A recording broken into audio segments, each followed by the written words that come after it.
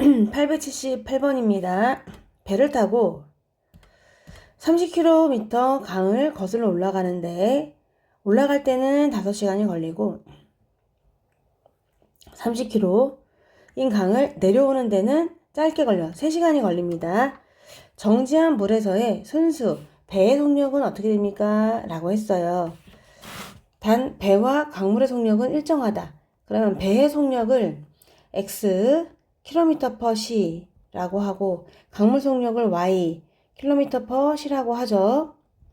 그러면 강물이 이렇게 흐르다 보면은 순수 배의 속력이 있긴 하지만, 그쵸? 배도 모터를 달고서 속력이 있을 텐데, 그럼 여기서 예를 들어서 배의 속력이 30km/c예요. 흐르는 물에 유속이 있을 거 아니야? 유속이 5km/c라고 해볼게요. 그러면 내려올 때는 속력이 2개를 더해줘야 돼요. 배의 속력에다가 강물이 팍팍 밀어주는 거야. 그래서 35km/c가 될 거예요. 근데 올라갈 때는 저항이잖아. 그러니까 힘들걸? 5만큼이 덜 나가는 거야. 30에서 5를 빼준 25km/c만큼 난다는 거 알 수 있죠? 이렇게 해서 내려올 때랑 올라갈 때가 좀 다릅니다. 내려올 때는 배하고 강물을 더해줘야 돼요. 그만큼 힘을 보태는 거고, 올라갈 때는 배에서 강물을 빼주셔야 돼요. 그만큼 저항을 받습니다. 이걸 가지고서 표를 그려서 해볼 수 있어요. 올라갈 때가 있고요. 내려올 때가 있습니다. 아무렇게나 거리, 속력, 시간 적어봤어요.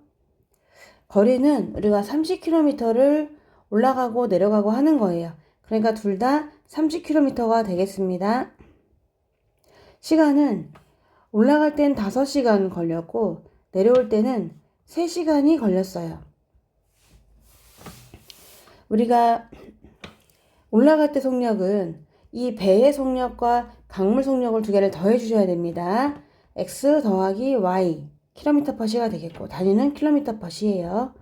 내려올 때는 배에서 오히려 반대가 되는군요. 죄송합니다. 올라갈 때는 2개를 빼줘야 돼요. 아까 요거죠. 저항이니까 방해를 할 거고, 내려올 때는 강물이 팍팍 밀어줍니다. 그럼 요걸로 식을 세울 수 있거든. 먼저 올라갈 때는 속력 x 빼기 y는 시간분의 거리잖아요. 5분의 30. 그러니까는 6이 되는 거죠. 얘가 6km/c가 되는구나. 5시간 동안 시간분의 거리가 속력이니까요. 6이 됐고요. 두 번째, 내려올 때는 그때의 속력은 x 더하기 y인데 x 더하기 y는 3분의 30이 돼요. 3시간 동안 30km 온 거니까 그때 1시간 동안 간 거리를 구하려면은 10이 되겠죠? 그래서 10이구나. 이렇게 해서 여기서 속력으로 식을 세워주시면 되겠습니다. 속력은 시간분의 거리다.